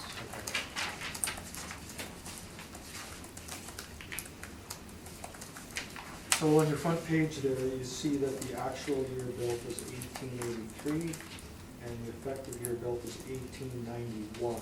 So would you agree that not much work is, if any, has been put into this building? Yeah, according to our system, very minimal. Or, There's obviously some, but. but as far as the ages, as far as they've moved, I mean, we're basically saying that you might as well say it's in original condition. The renovations probably would have been from on the main floor restaurant space. Would you agree with that? Yeah, I could probably agree with that. I'm not familiar with the upper portion of the building, Okay. but from the notes I've read on the building, it's in. So you, Go ahead. go ahead. Thanks. So when I'm looking at some of your comparables, you have a lot at 167 Lombard, which is the grain exchange. You know, we got a lot of grain exchange, and 177 Lombard is where Bailey's used to be right next door. Now, wouldn't you agree that those buildings have multiple elevators and they're across from the Richardson building and be far superior than the subject building? Yes, they have elevators. They are likely more superior, yes. That's all my questions. Thank you. Mr. Whitbread? No questions. Mr. Richards? No questions, thank you. Page 8 is model driven, or are those actual? These are actual net rents. Okay, and page 5 is model driven?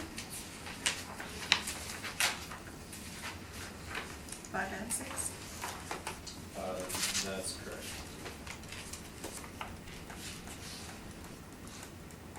There was a, just to clarify, on page 6, there was some adjustments done to the vacancy and cap rate based on inspections and permits and just condition of the building. Okay, can you tell me the last time the building was inspected? I do not know. Okay. Sorry, so did you yourself adjust this brief then? Like you would? This was what was, the adjustments were made in the previous roll years, and then they just carried forward, so.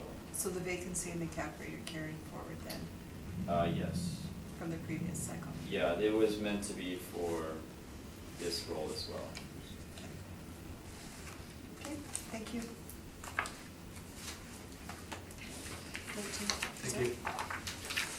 As you can see from the front of my brief, what the building looks like, it's actually a 5-story walk-up.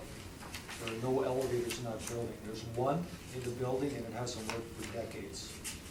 It's actually a cage style, and you're in a wire cage. The motor and the wheel that drive the system failed decades ago, and the owner is not gonna replace it, can't afford it.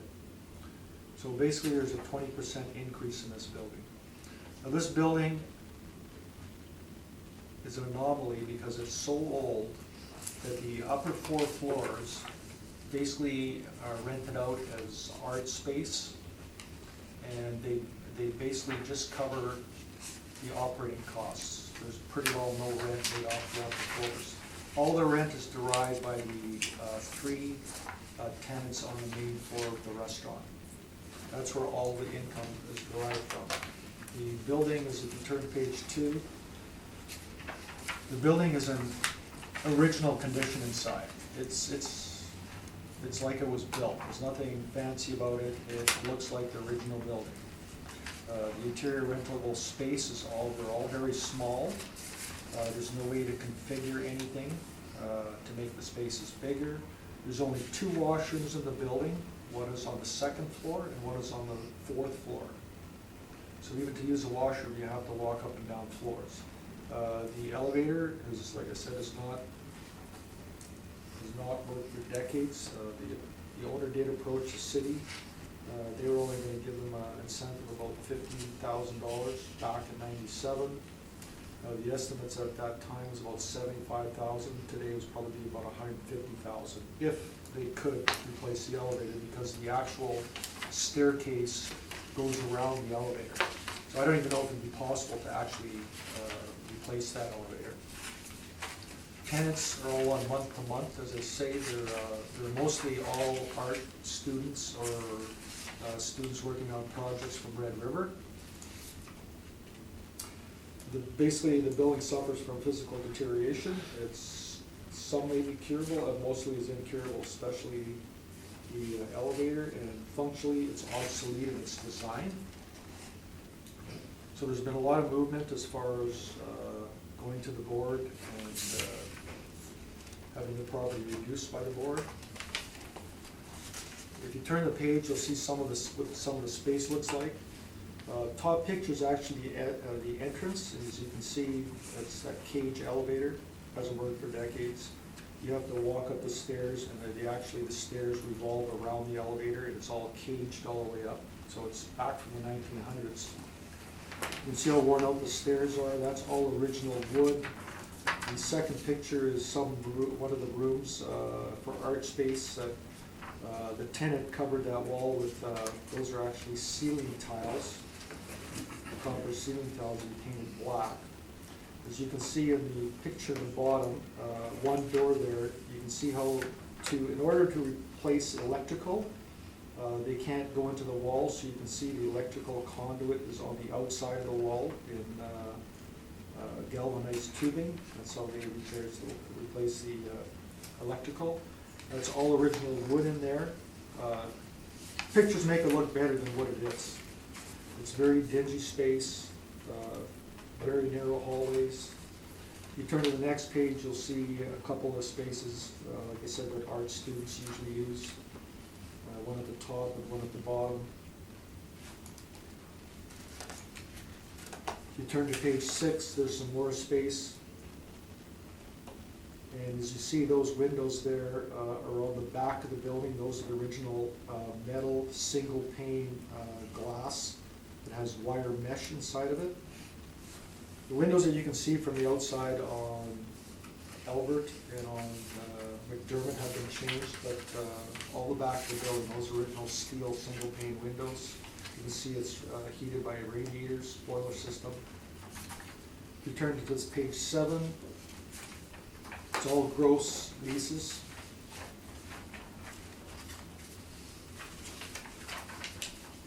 Everything is included. If you turn to the next page, page 8, you'll see the vacancy for the property since 2011. It's very high vacancy constantly. The owner in 2018 or 2017, basically his year runs from September to August.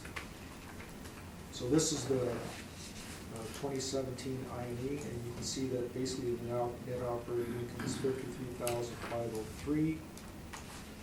Extremely high vacancy, and the vacancy and the condition of the building is so bad. If you turn to page 9, this is the last year. I spoke to, I believe, Nicholas Ruda is the assessor's manager, and when we discussed the building, we figured the only way to actually value it is to use the actual NOI on the building. Don't account for any vacancy because that's included. We didn't account for any shortfall because that's included. So we just basically used the NOI and capped it. And that's how we came up with that value. And he agreed with me that that was the way to actually value the building, just because of what it's all about. That was the most logical way to value it. So if you turn back to page 8, I've done that again. The net operating income is $53,503. I applied a 12% cap rate, comes out to $446, which last year was $457. So it's pretty well in the same value range. And when we discussed the building, basically what has happened with this building is this building has reached its potential. You can get more rent on the main floor, and I think he's pulling out as much rent as he can out of the main floor with the rest on that. But the rest of the building, it's reached its potential. It's not going anywhere. There's nothing you can do to those old spaces upstairs to get any more rent out of them, especially when there's no elevator. No one's gonna walk up 5 floors. And there's no washroom on any floor, and the washrooms are, they're in original condition. So it only made sense that the only way to value the property is to actually just cap the NOI. And that's my presentation. Thank you. Questions, Mr. Delansky? Yes, 1 second, please.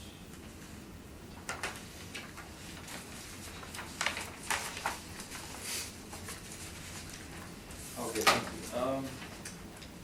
Just turning to your page 7, I noticed you said it's tough to get rent for your other floors other than the first floor, but I noticed that, for example, unit 23 on the second floor is getting $9.68 net. Unit 32 on the third floor is getting $6. Let me, sorry to interrupt you. If you look at the top there, 217, it says all leases are gross. They're all gross leases. Okay. And if you look at the income and expense, page 8, the owner's checked off gross.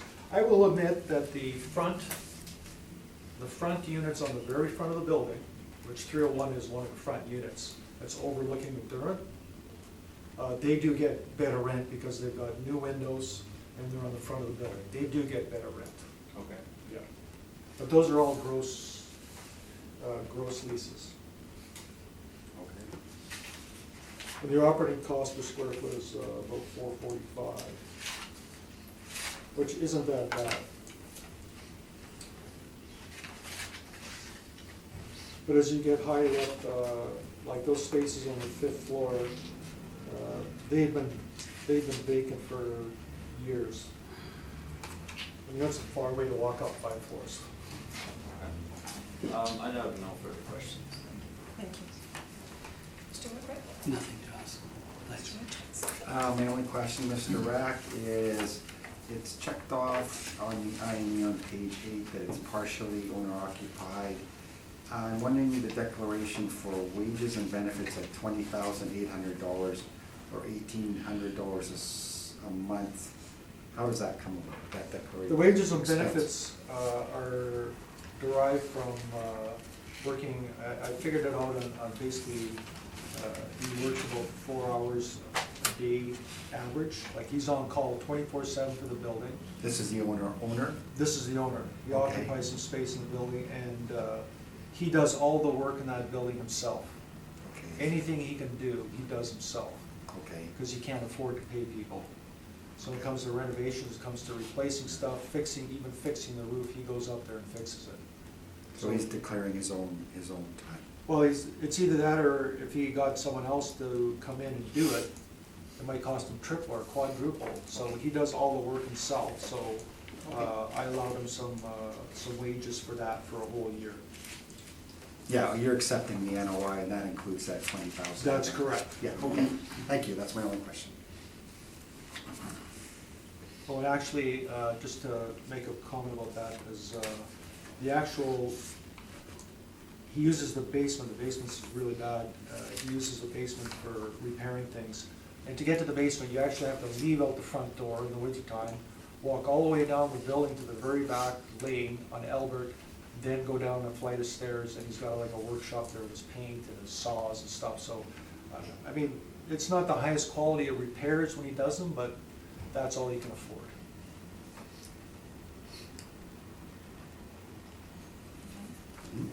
Thank you. So, you've been at this building. So I just have a quick question here, because you say on your page 1, under building condition, that the building was built in 1911, but the city has it at 1883. That was my understanding from my research on the building. That's what I thought it was. Okay. And you said there's only 2 washrooms in the building, on the 3rd floor and the 5th floor?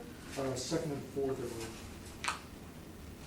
Okay, you've got 3rd and 5th. Okay, well, that's what I'm just trying to, I wasn't reading from here, I was just trying to recall so you are correct there. This is what I- Okay, so I'm assuming though Shawarma Khan has bathrooms there, Pardon? the restaurant. Oh, on the yes, floor. yes, They've got yes. bathrooms on The there. restaurant and the retail on the main floor drives the value of the whole building. Right. I mean, they're getting good rent, they're getting market rent down there. I mean, as you look, they're getting, 20, for 2,000 square feet, they're getting 28.14 a month. The other place is getting 21.70, 24.93, and that's the whole value of the building, is the main floor space. Right. That drives the whole building. Okay. I mean, the owner would be better off if he could chop off the top 4 floors and throw them away. He'd be laughing. So I'm assuming then Tiny Feast has a bathroom in there too? Yes. Yeah.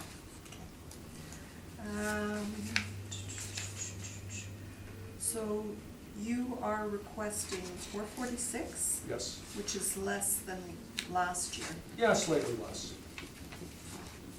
okay? I mean, we're only talking about $10,000. If the board feels 457 is more appropriate, I wouldn't complain. Okay. That's all my questions, thank you. Leave Thank it with you. us. You're good, Mr. Delansky? Good. Okay. This hearing is concluded, thank you.